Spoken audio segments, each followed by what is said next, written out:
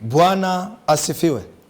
Ninamshukuru Mungu tena kwa kunikutanisha na wewe katika masaa haya ili tuendelee kujifunza neno la Mungu katika mfululizo wetu huu wa masomo yenye kichwa kinachosema matukio ya mwisho ya unabii wa Biblia. Na leo tuna somo very interesting. Somo la kipekee. Somo ambalo halizungumzwi sana katika mikutano ya Kikristo. Lakini ni somo muhimu sana kulielewa. Maana udanganyifu wa namna hiyo umeanza kuonekana dhahiri. Na somo langu la leo lina kichwa kinachosema udanganyifu wa viumbe kutoka sayari nyingine. Pendwa mtazamaji, tafadhali subscribe, washa kitufe cha kengele, waweza pia kulike, ukacomment na kushare habari hizi njema. Mungu akubariki. Baba yetu na Mungu wetu mwema, asante kwa kutupatia gombo la chuo, ambapo kutoka huko tunajifunza habari njema zitupasazo wokovu. Masaa haya tena ukamtume Roho wako Mtakatifu akatufunulia neno hili na kutusaidia kulielewa, ili lipate kuwa kama nuru katika njia yetu na kutukinga dhidi ya majaribu ya yule mwovu Shetani. Maana tutamshinda kwa damu ya mwana kondoo na neno la ushuhuda wako. Katika jina la Yesu ninaomba, amen. Ndugu zangu wapendwa, katika Ufunuo 13 fungu la 13 na 14 Biblia inasema, naye afanya ishara kubwa hata kufanya moto kushuka kutoka juu mbinguni uje juu ya nchi mbele ya wanadamu, naye awakosesha wale wakao juu ya nchi kwa ishara zile alizopewa kuzifanya mbele ya huyo mnyama. Tunajua ya kuwa taifa la Marekani, Uprotestanti ulioasi kutoka kule Marekani, watatumia miujiza na ishara nyingi kuuongoa ulimwengu mzima kuelekea katika sheria ya Jumapili. Na mara tu baada ya sheria za ulazimishwaji wa utunzaji wa Jumapili kupitishwa kule Marekani, kutakuwa na mlipuko wa umizimu ambao haujawahi kushuhudiwa katika dunia hii, kwa sababu Shetani atatumia nguvu na uweza wake wote kujaribu kuuongoa ulimwengu mzima katika ibada ya jua, ibada ya sabato bandia.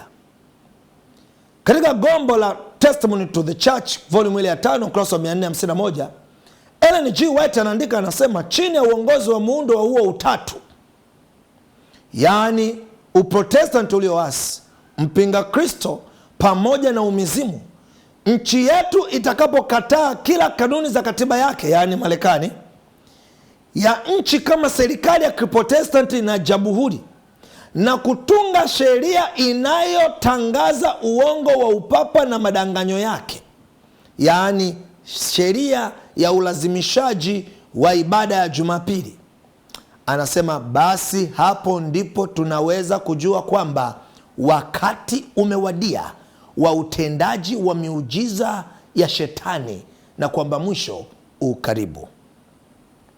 Na hivyo matukio ambayo tunaenda kuyaangalia leo, intensity yake kubwa itakuwa mara baada ya sheria ya ulazimishwaji wa utunzaji wa Jumapili. Sasa hivi tumeanza kuona majaribio, maana Shetani kabla ya kuleta anaanza kwanza test run, anakuwa na phase ya test run, na ndicho tunachokiona sasa hivi kama tutakavyoona. Lakini sheria ya Jumapili itakapopitishwa sasa, ata employ nguvu zake zote kukamilisha madanganyo haya ili kukusanya ulimwengu mzima katika ibada ya yule mnyama. Ufunuo 16:13 mpaka 14 Biblia inatuambia, nikaona roho tatu za uchafu zinazofanana na vyura zikitoka katika yule mnyama joka, na katika kinywa cha yule nabii wa uongo, katika vinywa vya yule nabii wa uongo. Hizo ndizo roho za mashetani zifanyazo ishara, na kutoka na kuwaendea wafalme wa ulimwengu kuwakusanya kwa ajili ya vita ya siku kuu ile ya Mwenyezi. Biblia inatuambia katika fungu hili ya kwamba ziko roho za mashetani zinazokuja kupitia manabii wa uongo, kupitia mpinga Kristo na kwa joka mwenyewe, ambazo kazi kubwa ya roho hizo za mashetani ni kuunganisha ulimwengu mzima katika uasi dhidi ya serikali ya Mungu Mwenyezi. Na hivyo Biblia na maandiko ya roho ya unabii ya Ellen G. White yanatufunulia mara baada ya utunzaji wa Jumapili mlipuko mkubwa wa umizimu utatokea. Na leo tutaangalia mambo makubwa mawili matatu yatakayotokea ambayo yatakuwa ni vuguvugu kubwa ya maroho haya kutoka katika kinywa cha joka ama shetani mwenyewe. Vuguvugu la umizimu. Ndugu zangu wapendwa, moja kati ya madanganyo yenye kupata nafasi kubwa ni juu ya hali ya wafu. Tulijifunza katika masomo ya nyuma ya kwamba mtu anapokufa hajui neno lolote, anakuwa katika state ya usingizi mzito. Ndio maana Biblia inatumia neno amelala. Mjumbe wa Mungu anatuambia katika kitabu cha Ellen White ukurasa 87, naliona kwamba watakatifu watalazimika kujua ukweli kwa ukamilifu. Na ndio maana tukajifunza somo hili ambao wataweza kuutetea kutoka katika maandiko hayo. Yawapasa kujua hali ya wafu ikoje, maana roho zile za mashetani zitawatokea zikijidai kuwa ni wale marafiki zao wapendwa na ndugu zao waliokufa, ambao watawatangazia kwamba, sikiliza, Sabato imebadilishwa, pamoja na mafundisho mengine pia ambayo hayana msingi katika Biblia. Watafanya kila wawezalo kuamsha hisia za huruma ndani ya mioyo yao, kisha kufanya miujiza mbele yao kuthibitisha kile walichowatangazia. Mjumbe wa Mungu anatuambia mara baada ya sheria ya Jumapili, madanganyo haya yatakuwa na kasi kubwa, na hivyo yatakuja mashetani katika maumbile ya rafiki zetu waliotangulia. Pengine ni wazazi wetu, pengine ni wenzi wa maisha yetu, pengine ni watoto wetu, pengine ndugu zetu. Yataigiza ndugu zetu waliotangulia, waliolala katika mauti, na yatakuja yakidai ya kwamba Bwana Mungu ametoa baraka la badiliko la Sabato, na sasa sio Sabato ya Jumamosi tena, bali ni Sabato ya Jumapili, Sabato ya mnyama.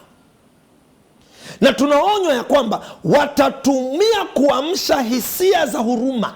Na ndio maana katika moja ya masomo yangu yaliyotangulia nilikwambia itafika wakati hata senses zako haupaswi kuziamini, utapaswa kuamini neno la Mungu tu. Maana neno la unabii linaonya ya kwamba watafanya miujiza mbele ya macho yetu. Viwete waliojulikana viwete miaka nenda rudi watasimamishwa watembee. Mambo yasiyowezekana yatafanyika, miujiza mikubwa itafanyika,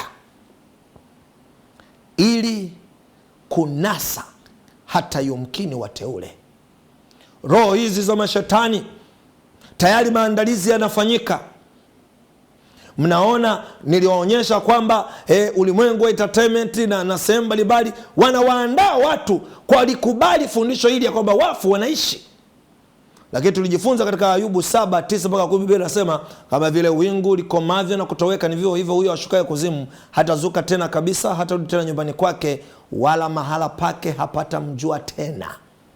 Na hilo ndilo neno la Bwana. Na hivyo lolote litakalo kuja kusema mimi ni mjomba wako, mimi nilikuwa baba yako, mimi nilikuwa mume mke wako, mimi ni mtoto wako, Mungu amenituma kule nilipokuwa nimekufa, amenipatia nguvu, nimeamka tena, amenituma nikuambie achana na Sabato ya Biblia, fuata Sabato ya mnyama, Sabato ya Jumapili. Mungu ndiye ameibadilisha, ametoa baraka. Achana na Sabato ya uumbaji, lifukuze katika jina la Yesu, maana nilipepo hilo. Roho na unabii inatuambia tutakuwa confronted, tutakutana nayo, mashetani yanayoigiza umbile la waliokufa. Niliwaonyesha tena wenzetu katika ulimwengu wa Kipentekoste wanaamini ya kwamba huko baadaye Nabii Elia na Musa waliokufa, ambao walipaa, Biblia inatuambia walipaa kwenda mbinguni, watarudi tena duniani ili kusaidia wale walioachwa na unyakuo kwa fundisho lao. Maana Biblia haitambui unyakuo kisirisiri, waokolewe.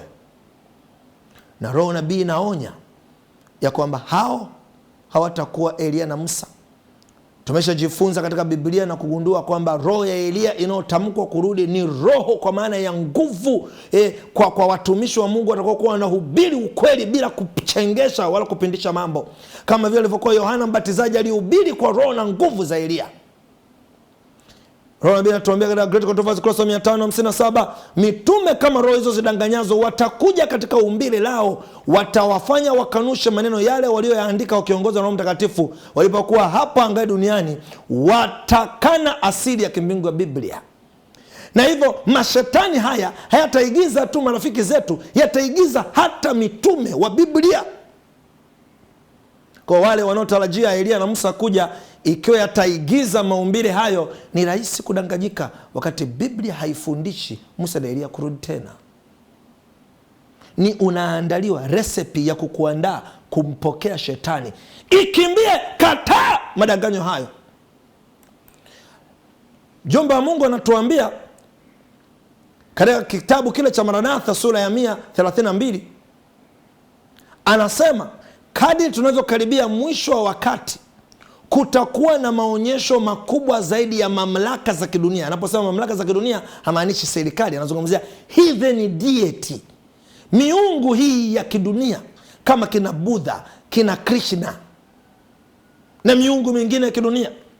Anasema miungu ya kidunia itadhihirisha ishara na uwezo wao, na itajionyesha hadharani mbele ya miji mikubwa ya ulimwengu. Pambano litakuwa kali, kwa sababu shetani anataka kuusomba ulimwengu wa dini zote auunganishe kwenye ibada ya mnyama. Na hivyo kwa Wahindu watawatokea kama Krishna, sijui kwa wanaoabudu Buddha watawatokea kama Buddha, kwa wanaoabudu mungu gani watawatokea kama mungu wao.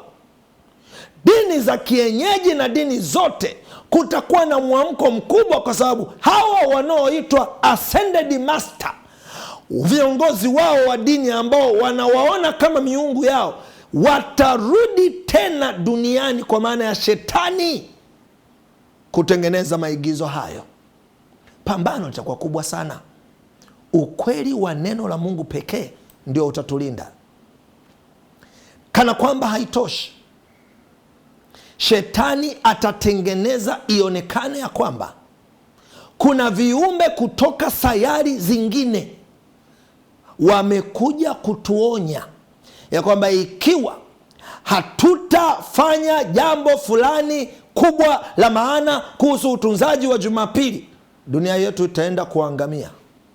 Na nitakuonyesha namna ambavyo tayari elementi za tukio hili zimeanza kupandwa. Wengi tunasikia stori za abduction, kwamba kuna watu duniani wanatekwa na viumbe kutoka sayari zingine. Visa hivi vinatokea sana mataifa yaliyoendelea kama Marekani na kule Ulaya. Watu wanasimuliwa ametekwa na viumbe wa wengine, wengine wanasema wakaingiliwa kingono, wengine wanasema wakafanyiwa operation, wengine wanasema vitu vingi kwamba wanatekwa, abducted na maviumbe haya kutoka sayari zingine. Tumekuwa tukitazama katika vyombo vya habari, na sasa hivi imekuwa headline, imekuwa taarifa katika taarifa za habari. Sasa hivi imekuwa sio jambo tena la kuficha. Majeshi la Marekani na majeshi ya mataifa mengine yakinasa video, au watu wengine binafsi wakinasa video za viumbe visivyoeleweka vikiluka angani. Tumepata ripoti na kushuhudia katika maeneo mbalimbali, mianga tu ikiibuka angani na kufanya manuva ambazo haziobey laws of physics, zikionekana zina teknolojia kubwa kuliko zilizoko hapa duniani. Maonyesho haya yameshaanza kuonekana, yanaripotiwa katika vyombo vikubwa vya habari. Watu mbalimbali wanayaona kwa macho yao na wanajiuliza nini hiki kinaendelea katika anga. Wanaita UAP, unidentified phenomena, ama UFO, unidentified flying object. Katika mwaka 2018 channel ya History, katika channel ya TV inaitwa History Channel, walitengeneza mfululizo wa vipindi waliouita jina Ancient Aliens. Na katika mfululizo huo walikuwa wakionyesha kwa dhana ya kisayansi na kihistoria ya kwamba matukio mengi yaliyotukia zamani katika zama mbalimbali ilikuwa ni watu wa zamani wanakutana na hawa viumbe kutoka sayari zingine, na waonyesha jamii mbalimbali kuanzia kule Mexico, Afrika, Asia na Ulaya. Jamii mbalimbali za kale, tamaduni zao zote zinaonyesha wakati fulani walitembelewa na watu kutoka katika anga. Ukiangalia katika ancient Sumeria kule Babeli, utakutana na mafundisho ya Waananaki ambao wanasemekana ni viumbe waliotoka katika sayari, katika nyota huko, na kuja kuteremsha maarifa makubwa duniani. Mambo kama hayo yamekuwa mainstream sasa hivi, na watu wanajiuliza, je, tunatembelewa kweli na viumbe toka katika sayari zingine? Katika kitabu cha Biblia Ufunuo sura ya 12 inatuonyesha, na sio tu katika Ufunuo sura ya 12, Ufunuo 12:7 na 8 inatuonyesha kulikuwa na vita mbinguni. Mikaeli na malaika zake wakapigana na lile joka, na wao wakapigana nao na malaika zake, lakini hawakushinda, yani joka, wala mahala papo kuonekana tena. Inatuonyesha kwamba kuna cosmic conflict, kuna vita inaendelea kati ya malaika wema na wabaya. Na hivyo Biblia imetuonyesha mahala mbalimbali kwamba hatuko peke yetu, kwa maana ya viumbe pekee katika ulimwengu. Tayari kuna sisi binadamu, na Biblia inatuonyesha kuna viumbe wanaitwa malaika, na katika malaika kuna waovu na malaika wema. Na hapa katika Ufunuo tunaambiwa malaika wabaya walivyoshindwa vita mbinguni, walitupwa wakadondokea, wakaja katika sayari yetu. Hatuwaoni kwa macho kwa sababu tuna exist in different realm, katika ulimwengu. Sisi tupo katika physical realm, wao katika spiritual realm. Lakini wako wanashughulika, wamefungwa katika kifungo, hawawezi kutoka nje ya sayari hii. Tunapotazama uumbaji, tukiangalia juu, tunaona mabilioni ya magalaxy. Unajua sisi tupo katika galaxy inaitwa Milky Way, ambapo kuna infinite number, mabilioni hata yahesabiki ya majua, na kila jua lina sayari zake. Bado kuna mabilioni ya galaxy yahesabiki, nayo yana mabilioni ya jua, nayo yana sayari. Na hivyo ni jambo ambalo ni taila tu atasema kwamba ulimwengu wote huu viumbe ni sisi peke yetu. Mungu alivyoumba magalaksi mengine huko, ni hakika ya kwamba huko nako ameweka viumbe wengine. Na Biblia inatuambia katika Waebrania sura ile ya 1 fungu la 2 ya kwamba mwisho wa siku hizi amesema nasi kwa njia ya Bwana, amemuweka kuwa mrithi wa yote, tena na yeye, kwa yeye aliufanya ulimwengu. Ukisoma katika kitabu Biblia King James Version anasema and by whom he made the worlds, kwamba alifanya dunia mbalimbali. Na hivyo Biblia inatuthibitishia uwepo wa sayari zingine. Tukisoma Ayubu 1 fungu la 6 na la 7, Biblia inatuambia ilikuwa siku moja ambao hawa wana wa Mungu walienda kujiweka mbele za Bwana, shetani naye akaenda kati yao. Bwana akamuuliza shetani, umetoka wapi? Ndipo shetani akajibu na kumwambia Bwana, natoka kuzunguka duniani na katika kutembea huku na huko. Biblia inatuonyesha baraza la mbinguni, baraza ambalo tunaweza tukaliita Cosmic Council, ambao wawakilishi wa dunia mbalimbali wanakutana na Mungu. Na dunia yetu, cha kusikitisha, shetani ndio anaenda kuiwakilisha, kwa sababu baba yetu Adam alimuuzia Ibilisi umiliki wa dunia hii mpaka pale Kristo alipoikomboa msalabani. Na hivyo tunaonyeshwa shetani akiwa na wawakilishi wa sayari zingine katika baraza hili la Cosmic Council lilofanyika mbinguni.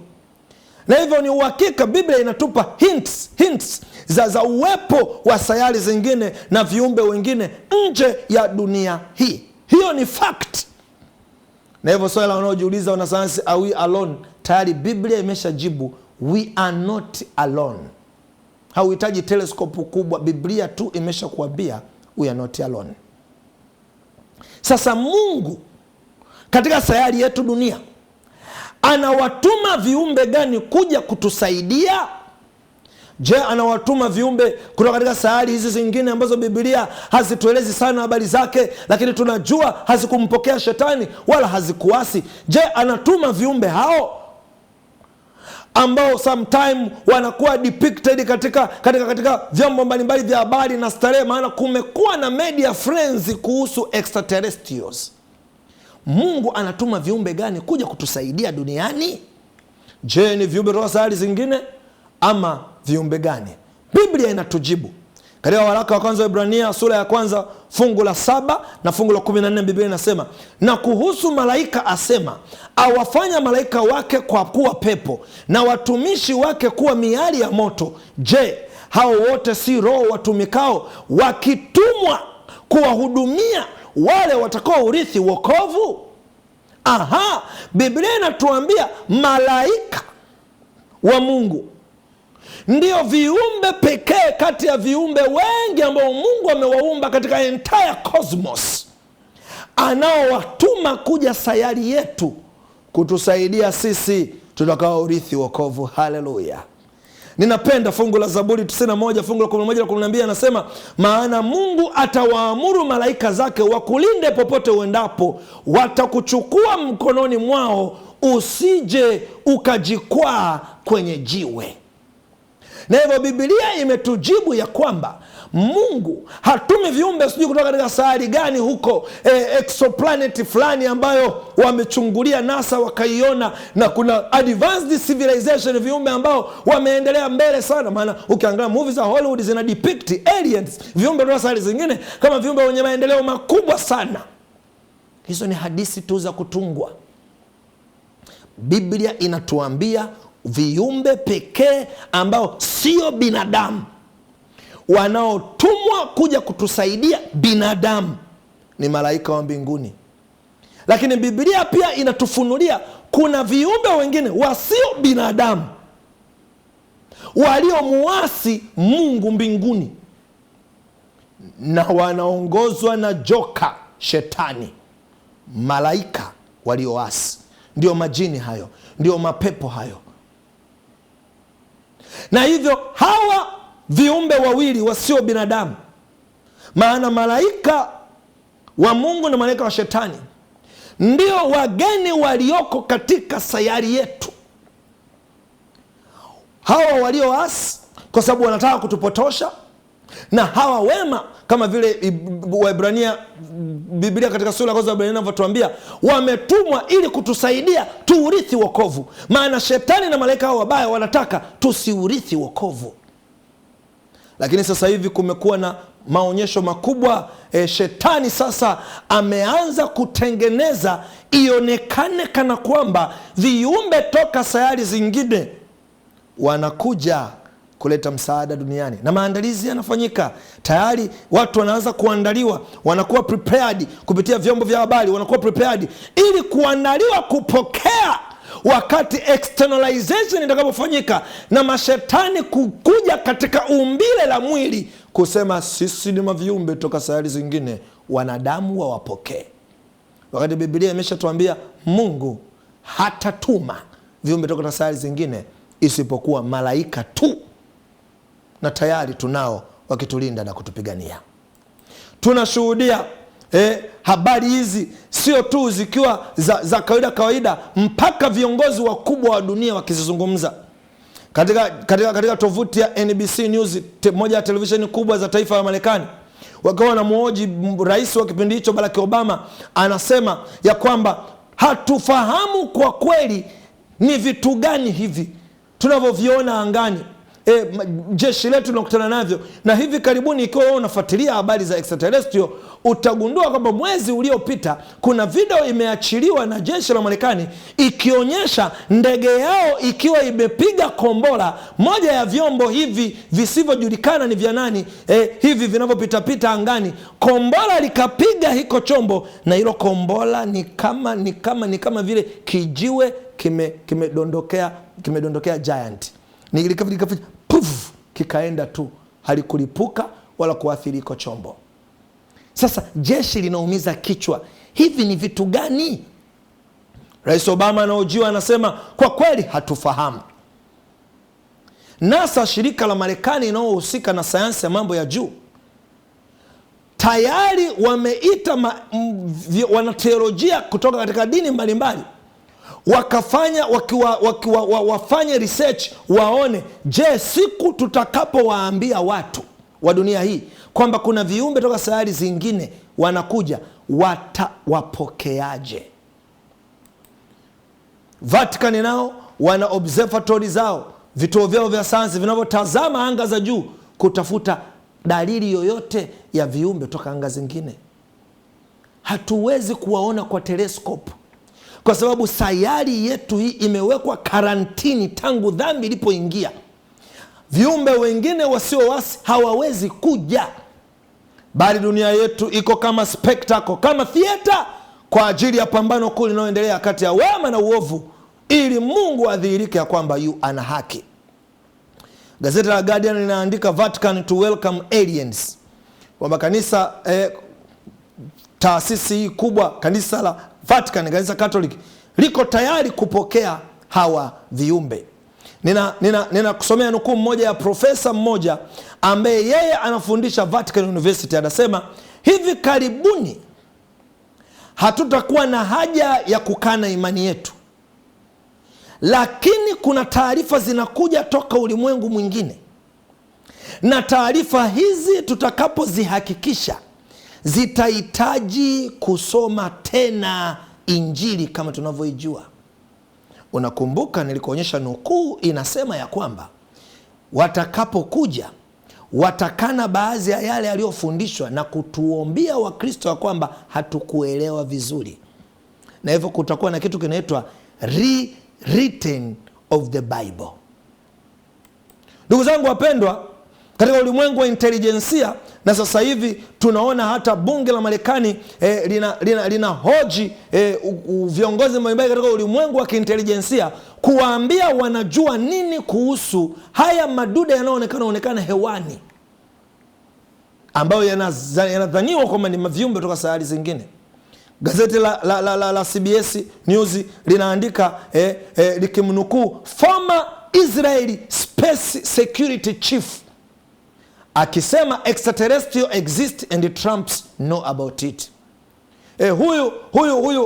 Huyu kamanda wa jeshi la anga la Marekani anasema viumbe hawa wapo na Trump anajua. Sasa kauli hizi ni za maandalizi kuwaandaa watu, kwa sababu shetani anaandaa igizo kubwa la kuleta baadhi ya mapepo, majini, yaigize kana kwamba ni maviumbe kutoka sayari nyingine yamekuja kuisaidia hii dunia. Na kuna video ya mwabudu mashetani wa zamani ambaye baadaye aligeuka akawa mtu wa Mungu, anaitwa Rogers Monroe, akiwa anaabudu mashetani huko katika dini yao huko ya waabudu mashetani. Kuhani mkuu wao aliwahi kuwaambia ya kwamba moja kati ya madanganyo makubwa ambayo master, yani shetani, anayaandaa kuufagia huu ulimwengu na kuwakumba walimwengu kwa kasi kubwa, akaambiwa majini na mashetani yataigiza kana kwamba ni maviumbe kutoka sayari nyingine. Na maandalizi yameanza kufanyika sasa hivi. Tunaona katika serikali ya Marekani, hasa Pentagon, wako baadhi ya majemedari wa Kikristo wanapoangalia haya matukio. Mmoja aliojiwa katika gazeti la Relevant Magazine anasema hivi vitu vina sifa zote za kuwa ni mashetani na sio viumbe kutoka sayari zingine. Na Biblia inakubaliana na kauli hiyo, kwa sababu Mungu hajatuma viumbe kutoka sayari zingine. Biblia inatuambia Mungu amewatuma malaika tu. Na hivyo hizi stori za watu wetu wanatekwa na viumbe kutoka sayari zingine wanaenda kufanyia operation, ni mashetani yanawateka watu, sio viumbe kutoka sayari zingine. Na moja kati ya madirekta, kuna taasisi kule Marekani inaitwa MUFON, taasisi inayojishughulika na uchunguzi na upelelezi juu ya matukio haya ya maviumbe yanayotokea angani, anaojiwa anasema katika utafiti wao wamebaini na kugundua ya kwamba wale watu ambao walitekwa na haya madude katika ile wakati ya kutekwa, walipokemea kwa jina la Yesu, ile hali ilitoweka. Na hii inatuambia haya ni mashetani. Vitabu mbalimbali vimeandikwa, nimekuwekea vitabu hapo mbalimbali. Watu wanafundishwa kuongea na haya majitu yanayoitwa extraterrestrial. Lakini mbinu hizo zinazotumika ni mbinu kutoka katika dini za Eastern mysticism za kuongea na mapepo na mashetani ambayo yanajidai kuwa ni viumbe kutoka sayari nyingine. Na hivyo History Channel, kile kipindi chao nilichokuambia mwanzo cha Ancient Alien, hao hawakuwa viumbe kutoka sayari zingine, ni majini na mashetani. Hata hao wa Anunnaki ni majini na mashetani yanayokuja yakidai kwamba yametoka far galaxy, far planet kuisaidia sayari hii, na shetani yuko tayari kuigiza tena mara baada ya sheria ya Jumapili, kuyaleta katika maumbile kabisa yatakaoonekana na yatadai ni viumbe kutoka sayari zingine. Mjumbe wa Mungu anaandika katika kitabu cha Council on Future Life akisema, watu wengi wanaamini kwamba ikiwa wangeona kiumbe cha nje, kwa maana extraterrestrial, kwenye tafsiri ya Kiingereza ameandika extraterrestrial, kinachong'aa, lazima awe malaika kutoka mbinguni, labda mpendo aliyekufa. Ingawa ni kweli kwamba kuna malaika kutoka mbinguni ambao hulinda watu, pia kuna malaika ambao wameanguka na wanaweza kujionyesha wenyewe. Na hivyo hao ni maviumbe, ni mashetani. Na kusomea nukuu chache hapa za mwisho kukuthibitishia kwamba maonyesho hayo ni ya mashetani. Katika kitabu cha Tumaini Kuu ukurasa wa 372 paragrafu ya 2, mjumbe wa Mungu anasema, kazi ya shetani ya udanganyifu na uharibifu itafikia katika kilele chake wakati wa taabu. Mionekano ya kutisha ya kiumbe asiye wa kawaida itafunuliwa angani katika sura ya uwezo wa mashetani ya kutenda muujiza. Roho za mashetani zitaenda kwa wafalme wa dunia na duniani kote kuwashawishi ili waungane na shetani katika jitihada zake za mwisho dhidi ya serikali ya Mungu wa mbinguni. Na watu watainuka wakijifanya kuwa wao ni Kristo wenyewe. Watafanya miujiza na uponyaji na kukiri kwamba kana kwamba ufunuo kutoka mbinguni unaopingana na maandiko. Katika kitabu cha Pambano Kuu ukurasa wa 516 Roho Nabii inasema, maono ya miujiza ya ajabu ambayo ni ishara ya uwezo wa miujiza ya itendayo na pepo wachafu hivi karibuni yatadhihirishwa angani. Roho za mashetani zitaendea wafalme wa dunia na ulimwenguni kote kujihimiza waungane na shetani katika pambano lake kuu la mwisho dhidi ya serikali za mbinguni. Katika kitabu cha The Triumph of God Love kilichoandikwa na Ellen G. White ukurasa wa 389 na kutafsiriwa kwa Kiswahili, anasema, viumbe wa kuogofya ambao si wa dunia hii wataonekana mbinguni katika muda mfupi ujao kama ishara na uwezo wa mapepo ufanyao miujiza. Roho za mashetani zitatoka na kuwaendea wafalme wa dunia hii pamoja na marais na kwenda ulimwenguni kote ili kuwafunga katika madanganyo yao na kuwashurutisha kuungana na shetani katika pambano lake la mwisho dhidi ya serikali ya Mungu. Wakati huo uko mbele yetu. Tayari maandalizi tunayaona. Zamani hata serikali ya Marekani ikiulizwa habari za extraterrestrial ilikuwa inakana habari hizo. Lakini sasa hivi majemedari kutoka vyombo mbalimbali vya usalama wanaitwa na bunge, wanaeleza na wanasema vitu hivi tunakutana navyo. Hayo ni maonyesho ya mashetani. Yanajionyesha angani kama advanced civilization. Yanajionyesha angani kama viumbe walioendelea kimaendeleo wakiwa na vyombo mandege ya ajabu. Ni maigizo ya mashetani na yako katika uwezo wa shetani kufanya. Na maandalizi haya yanaelekea mwisho wake ambapo watakuwa manifested, externalized, na yatakuja kwa ujumbe maalum na kuwataka wakazi wa ulimwengu wote kupitia viongozi wa dunia hii kuungana na shetani katika ibada ya mnyama. Neno la Mungu linasema, Zaburi 91:11-12, maana Mungu atawaamuru malaika zake wakulinde popote uendako. Watakuchukua mkononi mwao, usije ukajikwaa kwenye jiwe.